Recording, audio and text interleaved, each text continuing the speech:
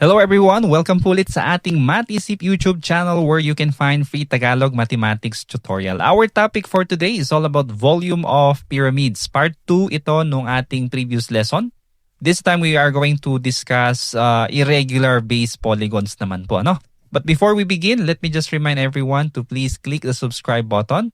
And thank you also for our fellow teachers who are sharing these lessons, video lessons, and using our PowerPoint presentation products in order for us to share it also with our dear students. Okay, so let's now begin with our lesson.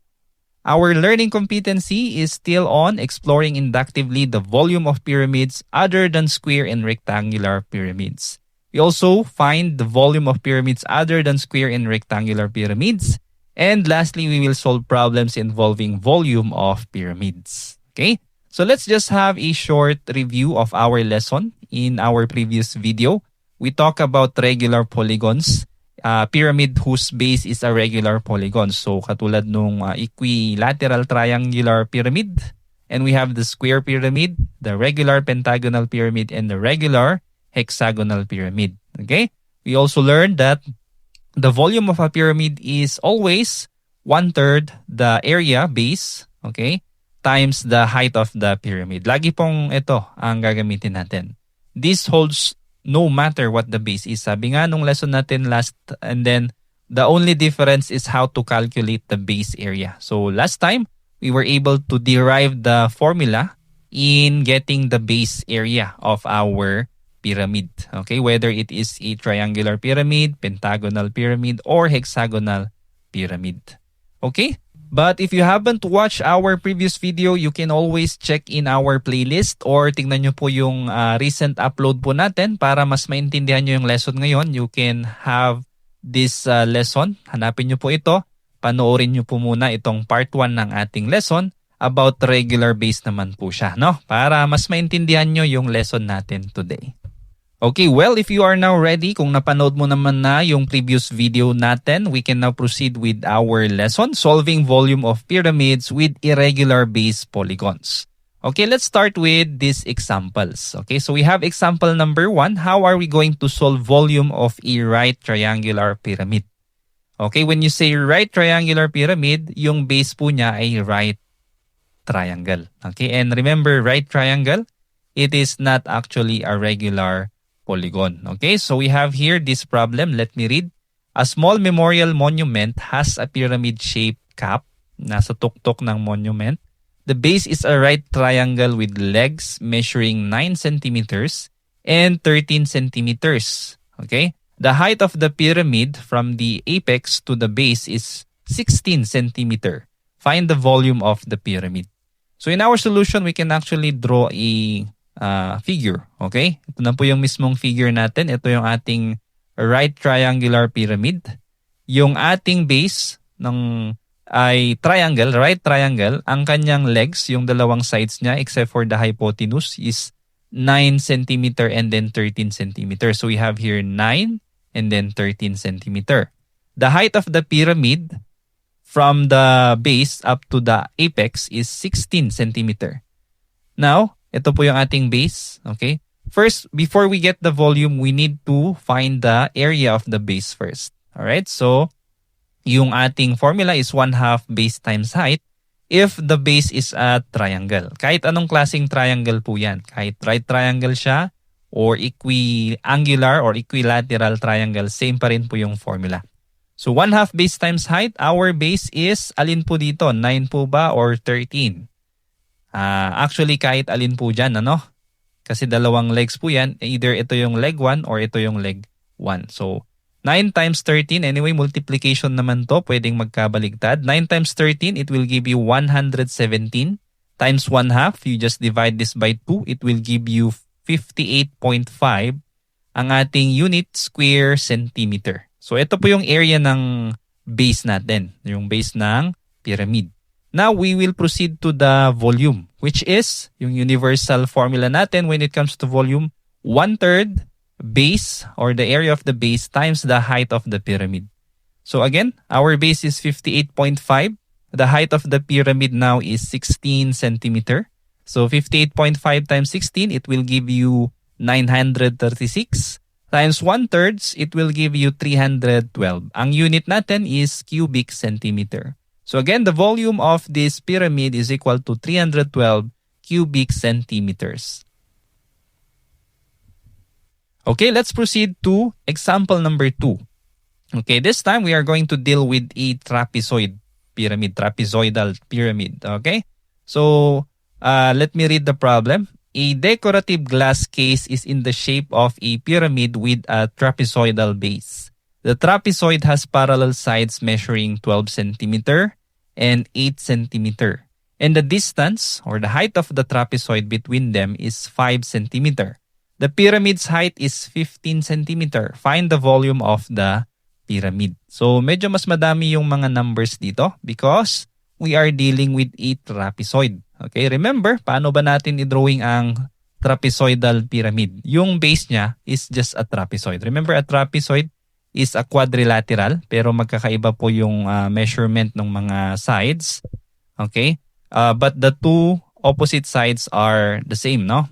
Yung ating given, we have here, measuring 12 cm yung kanyang isang base. So, pwedeng ito ang base 1, yung mas mahaba.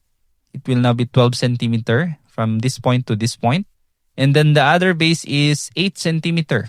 Ito po yung isang base ng trapezoid natin, 8 cm. And then, meron dito nakasulat the height of the trapezoid. So, kung ang triangle may height, ang trapezoid meron din. It's in between them, so 5 cm. Ito po yung height niya, okay, ng ating trapezoid. Now, the height of the pyramid is 15 cm. So, from the bottom, the base, up to the apex, it is 15 cm. Ito po lahat yung mga size or measurement ng ating trapezoidal pyramid. Okay, now for step 1, we need to find the area of the base. Since our base is a trapezoid, we have to remember the formula in getting the area of a trapezoid. Natatandaan pa po ba natin? Okay, kung hindi, well, ito po yung formula ng trapezoid. Okay, we just add the two bases. We have base 1 plus base 2. Tsaka natin siya i-divide by 2. And then yung magiging sagot, imumultiply natin sa height ng trapezoid. Alright? So, take note of this formula. Okay, huwag niyo pong kakalimutan ito.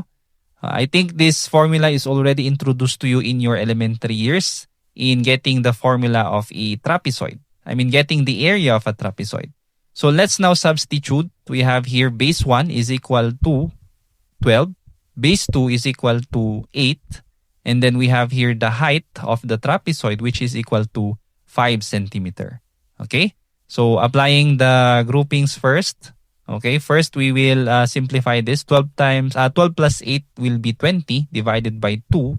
And then saka natin siya i-multiply by 5. Alright, so 12 plus 8 is 20 divided by 2, kaya siya naging 10. Times 5, it will now be 50. So our unit is square centimeters.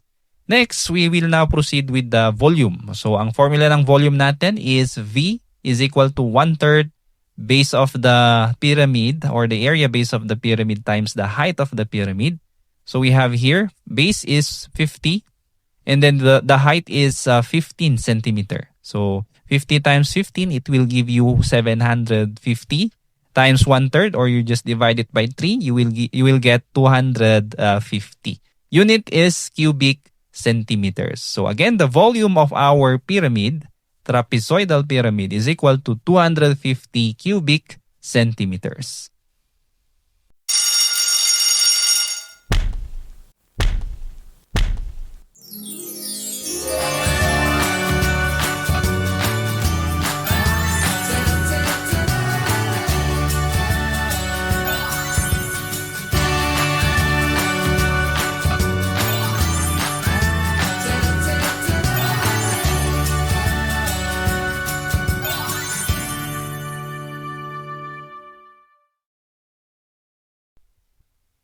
Okay, let's proceed with our last example. Okay, this time we have an irregular pentagonal pyramid. Okay, ano pong itsura nito? Let's see.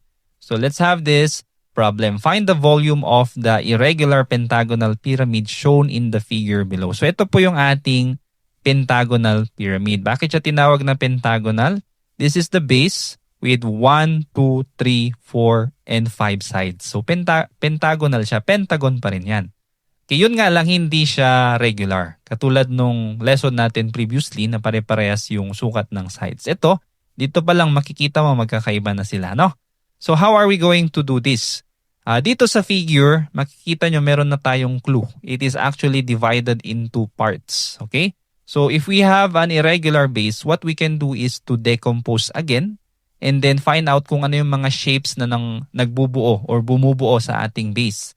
So remember, this pentagon has 5 sides pero kung i-divide mo siya, it will give you 2 kinds of polygon. We have a rectangle and we have a triangle. So, ang solution natin, we have step 1. Una, hahanapin natin yung area ng ating rectangle or yung quadrilateral natin, yung area nito. So we have here, the area of a quadrilateral or the area of a rectangle is equal to length times width.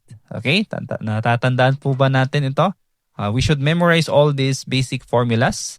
Area of a triangle, area of a quadrilateral, area of a square, and even the trapezoid, no? So, dapat kabisado po natin. So, area of a rectangle is equal to length times width. Our length is 8 cm. Our length is 12 cm and our width is 8 cm. Yung length po, yun yung mas mahaba lagi, no? So, 12 cm yung length and then width is 8 cm. Multiply, it will now be 96. So, yun po yung area nito. Etong part lang po na ito. So, it will be square centimeter. Now, after this, ano pa po yung kasama niya? We have a triangle here. At meron na po tayong given, which is 4 centimeter. Yung given natin, this is actually the height of the triangle. Alright, so that will be our step 2. We will find the area of a triangle. Remember, the formula is 1/2 base times height. Okay, so our base here is yung base po ng ating triangle. If this is unknown, makikita naman natin siya dito. So we know that the base of the triangle is 8 cm. Okay, so 8. Tapos yung height niya, which is this one, okay, it will now be 4 cm. So 8 times 4 is 32. Times 1/2, it will give you 16. So the area of this whole triangle here is 16 square centimeter. So now that we have the area of the rectangle and the area of the triangle, ano pong gagawin natin sa dalawa? We can now combine them here in step 3. So area of the rectangle plus area of the triangle, you will get 96 plus 16, it will now be 112. So since area pa rin siya, it is square centimeters. Now, ang final na gagawin natin is to find the volume, okay, of the pyramid. So we will now have step 4. Alright, so the volume is still 1/3 base times height. Base meaning yung area ng base and then yung height ng pyramid. So let's substitute. Yung total na area natin sa base is 112. And then yung height ng pyramid is nandito sa given, which is 15 centimeters. So 112 times 15, it will give you 1,680. Times 1/3 or you just divide it by 3, it will give you 560. Okay, ang unit natin ay cubic centimeters. So again, the volume of this irregular pentagonal pyramid is equal to 560 cubic centimeters. Okay, so I hope naintindihan nyo yung mga examples. This time, try to do it on your own para po ma-practice nyo. I have here an exercise. Okay, parang ganun din po dun sa examples natin. We have 3 items. Similarly, the same po dun sa mga examples kanina. Okay, so I can give you time here. You can do this on a separate paper and then try to pause this video first para makapag-concentrate kayo. And then you can just check your answers and then play this video if you are ready. Okay, so God bless po sa inyong pagsagot.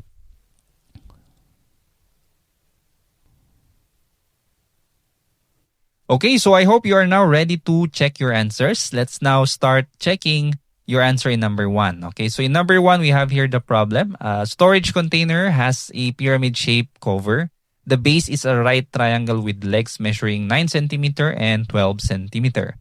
The height of the pyramid from the apex to the base is 15 cm. Find the volume of the pyramid. So right triangle po yung base natin. So in our solution, let's find first the area of the base. Okay, so we have here the base 1/2 times the base times height. Pero ito ay right triangle, so we will be using leg 1 and leg 2. Okay, so parehas lang din po kung ang ginamit nyo ay base times height. So it will still be the same, 9 times 12 pa rin yan, according to our given. And then multiply natin sa 1/2. Okay, 108 times 1/2, it will give you 54 square centimeter. Now that we have the base, we can now get the volume. So our formula, 1/3 base times height. So we have here, the base is 54, and then the height of the pyramid is 15 centimeter.